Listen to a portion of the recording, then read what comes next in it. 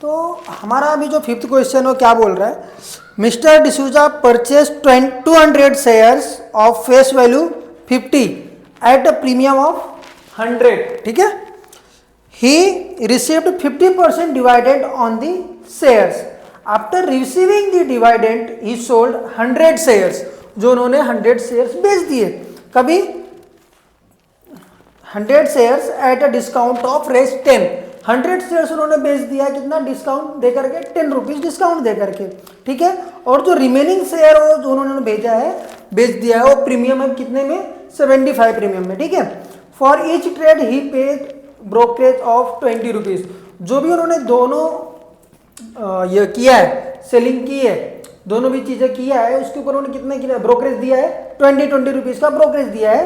Find weather mister D'Souza gained और incurred और loss. तो हमको यहाँ पे बताना है मिस्टर डिसूजा को लॉस हुआ है या प्रॉफिट हुआ है, ठीक है। तो बढ़ते हैं हमारे क्वेश्चन के सॉल्यूशन की तरफ, ठीक है। सबसे पहली चीज क्या है, जो गिवन दिया हुआ है, सबसे पहले हम लिखते हैं ब्रोकरेज कितना दे रहा है वो 20 रुपीज, फेस वैल्यू कितना है 50, नंबर ऑफ शेयर्स कितना है टोटल 200 एंड प्रीमियम कितना है 100 रुपीज। यहां तक समझ में आएगा, नॉर्मली गिवन है, ठीक है। नाउ हम लोग को मालूम है market value of 1 share equals to क्या होता है, face value plus premium value, ठीक है। ये हम लोगों ने फॉर्मूला ऑलरेडी देखा हुआ है, ठीक है। तो फेस वैल्यू क्या दिया हुआ है हमारे पास 50 रुपीज, प्रीमियम कितना है 100, तो हमारा जो मार्केट वैल्यू है वो कितना हो गया 150 रुपीज। यहां तक समझ में आ गया 150 रुपीज, ठीक है। अब मार्केट वैल्यू ऑफ 200 शेयर्स, ठीक है, मार्केट वैल्यू ऑफ 200 शेयर्स।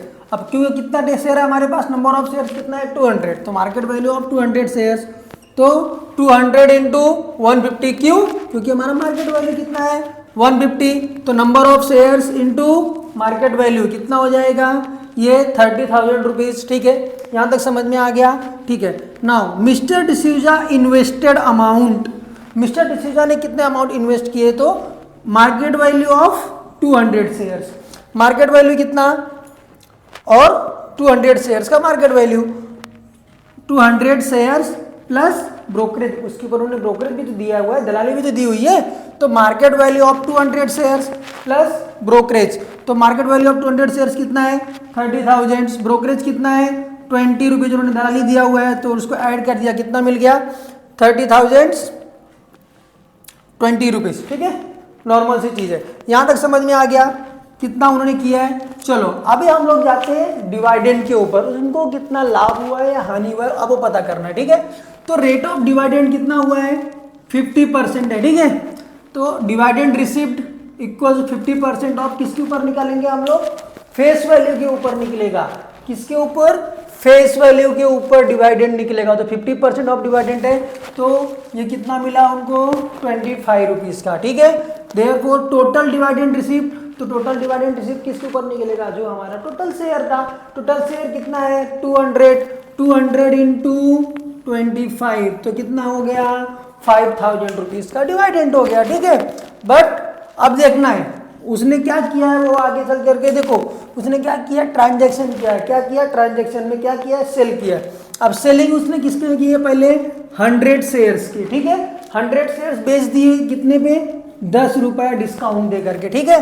तो therefore selling of each shares, ठीक है, सेलिंग ऑफ ईच शेयर, एक शेयर का हमको निकालना है, तो फेस वैल्यू कितना है उसका 50 रुपीज, डिस्काउंट कितने का दिया है 10 रुपए का, तो ईच शेयर का कितना निकला 40, ठीक है। तो 100 शेयर उसने बेचे ना, 200 शेयर थे पहले, अभी कितने बेचे उसने, सिर्फ 100 बेचे। ध्यान में रखना, बहुत बड़ा क्वेश्चन है, आपको समझ में आना चाहिए, समझ में आएगा तो ही आप कर पाओगे, ठीक है।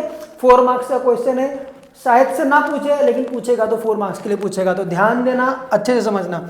उसने पहले कितने बेचे, अभी 100 शेयर्स, तो 100 इंटू 40, देयरफॉर कितना हुआ उसका 4,000 रुपया, लेकिन उसने दलाली भी दी है, कितना सबके ऊपर 20 रुपीज, तो 4,000 माइनस 20, तो टोटल जो अभी अमाउंट रियल अमाउंट आया कितना आया उसको 3980 रुपीज। यहाँ तक समझ में आया, क्योंकि उसने 100 के ऊपर पहले 20 रुपया दिया हुआ है, फिर 100 के ऊपर 20 रुपया मिला, ठीक है।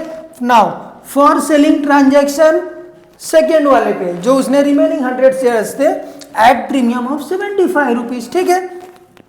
So therefore selling price of each shares क्या होता है face value plus premium value. तो फेस वैल्यू हमारे पास क्या है 50, प्रीमियम वैल्यू कितना है 75 रुपीज़।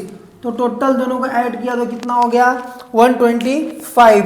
और उसने बेचा कितना वापस से 100 शेयर्स, 100 शेयर्स बेचे मीन्स 100 इंटू 125 कितना हो गया वो 12,500 रुपीज़। यहाँ तक क्लियर हो गया। यहाँ तक आप लोगों को डाउट्स नहीं होना चाहिए, एकदम सिंपल है। देखो लॉन्ग क्वेश्चन है, थोड़ा सा समझने में आपको डिफिकल्टीज होगी, बट स्टेप बाय स्टेप समझोगे तो आपको समझ में आएगा कि एक्चुअल में हो क्या रहा है। और क्वेश्चंस रीड करते चलो, क्वेश्चन जितना रीड करोगे उतना अच्छा रहेगा, ठीक है। अब आते हैं ये साइड में, ठीक है। Amount obtained by selling 100 shares. अब वो जो 100 शेयर्स उसने बेचे डिसूजा जी ने, उस पर कितना अमाउंट मिल रहा है, क्योंकि उन्होंने तो 20 रुपए का दलाली भी दिया हुआ है ना, लिखा है क्वेश्चन में 20 रुपीज़ का ब्रोकरेज दिया हुआ है। अब 20 रुपीज़ का ब्रोकरेज है, 20 रुपीज़ का ब्रोकरेज है तो 20 कितना हो जाएगा, यहाँ से माइनस हो जाएगा। तो रियल अमाउंट क्या मिला 12,480 रुपीज़, ठीक है। Therefore total income of mister D'Souza कितना हो गया 5,000, 3,980 एंड 12,480। मीन्स ऑल ओवर करोगे, सम करोगे तो कितना आएगा 21,460। लेकिन हमारे मिस्टर डिसूजा जी ने इन्वेस्ट कितना किया हुआ था पहले, वो हमको देखना है ना। Here amount invested is greater than income of mister D'Souza. D'Souza ji ने तो 30,000 के आसपास इन्वेस्ट किया था और उनका इनकम कितना हो रहा है 21,000। तो सिंपल सी चीज़ है, सामने वाले को क्या हो रहा है लॉस। आप 100 रुपया इन्वेस्ट करो और आपको मिले 80 रुपया, तो आपको क्या होएगा लॉस ही होगा ना। वही चीज़ यहाँ पे हुआ है, उनका जो इन्वेस्टेड अमाउंट है वो बड़ा है इनके इनकम से, तो लॉस हुआ है। तो लॉस कितने का हो रहा है वो भी निकाल लेंगे हम लोग। 30,020 रुपीज़ उन्होंने इन्वेस्ट किया था, नेट इनकम उनकी कितनी है 21,460 रुपीज़।